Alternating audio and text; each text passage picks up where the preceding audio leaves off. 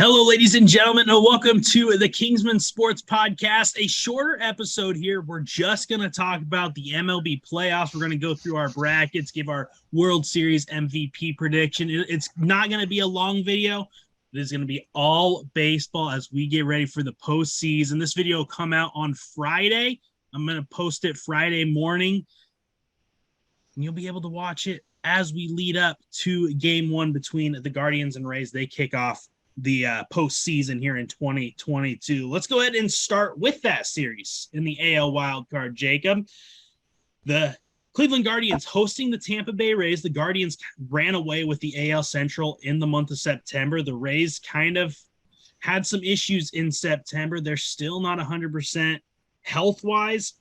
I think the Guardians take care of business. I think they win in it to eliminate the Rays immediately. I don't think there's any cause for panic with Tampa Bay. I think you can bring back almost the same roster. Of course, you want to add a couple more pieces, but I think they're in a good spot for the future. They're just not there health-wise, and they don't have the momentum on their side. Cleveland takes care of business with that incredible pitching staff. Yeah, 100% agree. I don't think there's a hotter, on fire team right now than Cleveland, and it all starts with that pitching and with that center of their offense, just young kids getting the job done. I don't see Tampa winning a game. I'll be honest with you. I think Cleveland kind of steamrolls them right now. This is going to be where Jose Ramirez breaks out, since I was so wrong about the home run derby. So I think Ramirez has a big series there. Let's go to the other AL wild card. Our Seattle Mariners. We're talking about them in the playoffs, and it's not hypotheticals. We get to watch the Mariners play playoff baseball in Toronto against a team that came into the league the exact same year. This is going to be a fun one. The Rogers Center is going to be electric. Of course, we wish it was happening at T-Mobile Ballpark. I've got the Mariners in 3. I call me biased, call me a homer. I think the Mariners get the job done. I think Luis Castillo wins in Game 1. He beats Alek Manoah. I think Julio's going to hit a leadoff home run in Game 1. So that's going to be a pretty great way to start the playoff series. I think the Blue Jays take Game 2. I think they get a little bit of revenge on Robbie Ray, who left Toronto, of course. But I think Game 3, I think Logan Gilbert's been on a roll. I think he pitches very well. And I think the offense is starting to wake up for the Mariners. And here's my X factor. I think Luis Torrens goes yard in Game 3. Those are my hot takes. Mariners get the job done over the Blue Jays in 3.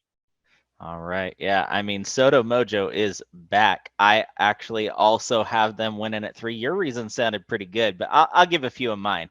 I think that Mariners have just been a problem for Blue Jays the last couple of years, honestly. And even that juggernaut of an offense really struggles against Mariners pitching. They get in their groove and they just take the game into their own pace. And you're right, the bats are really starting to wake up. It is nice. I think that they're going to carry over just the electricity from T-Mobile. And I'll give you a hot take. I think that T-Mobile Stadium is going to have more fans there than any other away park this year. I think they will just swarm in Seattle that we finally brought October baseball back. I have them winning in 3. Go Ams. Hopefully they do get the job done and keep playoff baseball alive in Seattle for a little bit longer. Let's head to the NL wildcard round. A couple of really interesting matchups over here. Let's start with the Phillies visiting the Cardinals. The Cardinals have an issue in the outfield. Their outfield's very banged up. Their outfield struggles hitting the baseball. They're going to face some good pitching from Philadelphia. The Phillies, that's their bread and butter, is the strength of that rotation. Unfortunately for them, I think they fall short. I think the Cardinals win it in 3. I think there's no way Adam Wainwright's going to lose a game for St. Louis in the postseason. Albert Pujols is going to go yard. Mm-hmm. You can take that to the bank. I feel like that is not even a bold prediction. I think the Cardinals get the job done because they are at home in 3 over the Phillies. I tell you, Albert will get a home run before Judge. He has a little bit of a head start, so that might be why I'm saying that. But it's just magical what this team is doing right now. It's like a baseball movie. It really is. You have those old seasoned vets twilight of their career, just playing like they're 30, playing like they're 35 in his case. I mean, that's still a compliment. It's a special team. It really is. And the Phillies might have skirted by at the very last minute because of their pitching, but that pitching still makes mistakes from time to time, and these seasoned veteran hitters of St. Louis are going to make them pay for it. I see St. Louis winning in 3. If you saw that, I'm sure everyone saw that video of Pujols and Wainwright and Yachty walking out the field together. They need to put that somewhere in the stadium, a mural. Someone has to paint that. That gave me goosebumps. I'm so excited for Cardinals fans that they get to play this playoff series in St. Louis. I'm happy for them. It's going to be a great atmosphere in Busch Stadium. A team that's not having a great time right now, the New York Mets, now have to go on the road and visit the San Diego Padres. And in an interesting move, Buck Showalter wouldn't even commit to having DeGrom throw a game in the wild card series. It's Scherzer, and in game 1, if you remember on last week's episode, we ranked wild card contenders. I had whoever ended up as the wild card team from the NL East ranked number 1, and I had the Padres, I think 3 or 4. I was wrong. The Padres are winning this series. The Mets, they're a disaster right now. The fan base is turning on the team. They have so many issues going on right now. I think the Padres win in 3. That fan base turns on the team every single year. It doesn't matter if they're in the playoffs. It doesn't matter if they're getting first round draft pick. Those guys are used every to it. single year. I mean, no, I honestly think that Padres are more of a mess right now than the Mets. I see Mets taking it in 2, honestly. I don't see the Padres putting up anything to answer to the Mets. Now, they were leading the division for almost the entirety of the year, just slipped away at the final few games. This is still so much more of a complete team right now.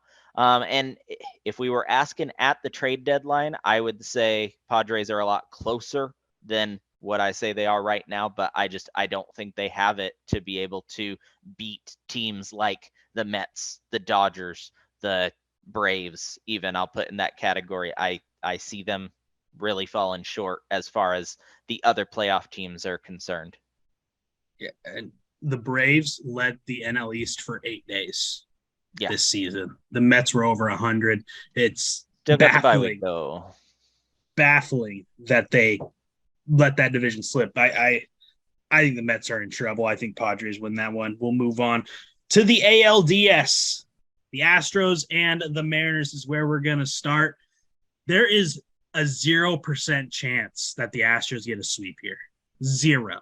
There's no chance it's happening, especially Verlander's going to go game 1. The Mariners, they aren't losing game 3 at home in Seattle. I'll be there. The place is going to be on fire. Unfortunately, that's the only game the Mariners win in this series. As much as it breaks my heart, the Astros are too good. They are loaded with talent. The Mariners would have to survive Verlander in game 5 if it goes that far. I don't think it does. I think the Astros win in 4. I can't tell you if it's going to be 4 or 5, but I tell you the Astros are going to take it. I mean, there's just no question about it. The Mariners have always struggled when it comes to Minute Maid. I'm thrilled that they're going to have a game in Seattle, but it's not going to be enough to turn the tables. Even if they do take 2 in Seattle, just looking at these pitching matchups alone, I love the Mariners rotation, but there is nothing like the Astros right now, and they know it. They're just going to take care of business like they do. Pitching's going to be top tier. Offense is never going to falter. Like you said, Mariners might get 1, they might get 2, but that's where the magic will end this year. Sad thing. Hopefully, we're just absolutely wrong. Let the Mariners go on a run. We have many years of practice for being pessimistic, so maybe it's there. We're just not seeing it. But exactly. Let's go to the other ALDS, the Guardians and the Yankees. The AL Central has been a disaster in the postseason for about a decade now. I shouldn't say a decade, since the Guardians went to the World Series and lost. Since then, that's been, what, 6 years, I guess. They have not had success. This year won't be like the other years. Guardians beat the Yankees in 5 games. Game 5 in Yankee Stadium. I think Shane Bieber will get the ball on short rest. He won't go very long in that game, but I think he dominates the Yankees. The Yankees offense has been inconsistent since July. I just don't see them being able to figure out the Guardians rotation. And I think the Guardians have the better rotation. I think they can take care of the Yankees in 5. Yeah, you think that the Yankees offense is struggling? I mean, just look at, they do not have the depth to be able to survive. They're not as bad as Tampa right now with injuries, but they're struggling. Even the players that are on the field, they are not at top strength. I have Cleveland winning. I'll say in 5 too, honestly. I think that Yankees put up a bit of a fight, but they just seem like they're falling flat right now, and I don't think that they can turn it around, especially when they're just sitting on their thumbs in the meantime. Now let's move to the NLDS. This one I think is less exciting. The Braves and the Cardinals, first of all. The Braves, this team's good. This team is really, really good. They are loaded at every position. There's not really a weak spot. I think this is similar to the Mariners Astros, where I don't think the Cardinals are going to lose that game 3 in Busch Stadium, but I think the Braves, they take it the very next day and win in 4. This Atlanta team's just so talented. Yeah, maybe it's biasness. I feel, that same magic of the Mariners in St. Louis right now, and I just feel like once you hit one of those primo teams that has everything figured out, really no weaknesses, you can't beat statistics at the end of the day with magic. So we're gonna give this one to the Braves. I see it going 5, absolutely. The other NLDS, the Padres taking on the Dodgers. Padres been little brother. Dodgers, are they overlooking them a little bit? It doesn't matter. Dodgers in 3. I think they stomp San Diego, put that fire out. It's not going to be close. I don't even know if the Padres get close to winning a game. I think the Dodgers really roll in this series. I think they're being a little disrespected. I think a lot of people are maybe looking, oh, the Braves, shiny new toy. The Astros might beat the Dodgers in the World Series, prove it wasn't a fluke. I think the Dodgers, they're not going to overlook anyone. I think they're coming in with a chip on their shoulder. I think they sweep the Padres. I don't think it's going to be a sweep, but you're right. And Padres are not going to win a game here because they'll already be at home watching their big brother, the Dodgers, just do what they do against the Mets. Every single time I saw these teams match up this year, I thought they were going to be the pinnacle of baseball entertainment, and Mets just fell short. Dodgers knew what they needed to do to get the wins. I don't see that changing at all. I don't think it's going to be a sweep. I think that Mets pitching is too strong to have the Dodgers just walk over them every single game, but I see advantage Dodgers. We'll go 5. Ooh, 5-game series. That's a little bit of it's a steaming take. I'm not going to say hot take, but it might be boiling. Let's go to our championship league series. First, let's start with the ALCS. I've got the Guardians taking on the Houston Astros. Here's where the Guardians run into some trouble, where a team can probably hit their pitching and can match their pitching. From top to bottom, the Astros, I think, have the best rotation in baseball. It's so hard to figure out where the weak spots are in that rotation. What guy you feel comfortable against. If you feel comfortable against anything to do with the Astros, it's got to be that bullpen. You got to keep it close late. I have the Astros in 5. I think the Guardians will sneak one out, but this Houston team is the lineup. There's not a single easy out with the Astros. I think they roll here. See, here's where we differ. I still have Cleveland just being a very, very hot young team. And if there is something that Cleveland can do, It is not strikeout. It is fight at every single at bat. That young offense is hard to put away. And you mentioned, the advantage Astros for starting rotation. I feel like Cleveland is going to go deeper in games than the Astros can. And I think that they're going to try to take their whacks against that bullpen, go as every single at bat, 7+ pitches. I see it happening. And I'm going to give Cleveland by a game in this one. I think that Astros are going to be, yep, I know. There's my hot take. There's How about the hot that? take. Yes, I think the Astros road ends there. Well, you came in with a scorch there. Let's go to the NLCS. No scorchers here. Sorry. The Braves and the Dodgers. This is the series I think everyone wants to see. This one right here, of course, I'd like to see the Mariners against any National League team because that would mean it was the World Series. But if you just went teams in that same league, Braves Dodgers has to be at the top of the list. The pitching matchups in this series are going to be phenomenal. There's just an issue. The Dodgers, they have these pitchers who are fantastic all throughout the regular season, just dominate. And then for some reason, they have some hiccups in the postseason. Of course, the Braves have some guys who we haven't quite seen yet. Spencer Strider, we don't know what he can do in the postseason. But we do know this team can hit. We know this team can't out-hit the Dodgers. They've always given the Dodgers problems in the postseason. I got the Braves in 7. I think they're going to get back to the World Series. I think this team has some new guys who want that trip that weren't there last year that are ready to rock and roll. I think the Braves get the job done. Wow. Okay.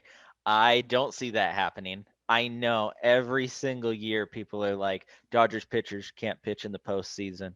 Kershaw, his ERA goes up 6 points in the postseason. What are you going to do to calm those nerves? Dodgers have been there more than anyone else. It's almost just another game for them. The coaching, the offense, everything there, I feel like they are not going to lose their cool. They're just going to smooth sailing, take care of business like they do. We were talking about them a few weeks ago. They are leading the entire MLB in almost every readable stat. Doesn't matter if it's offense, doesn't matter if it's defense, doesn't matter if it's pitching, doesn't matter if it's base running.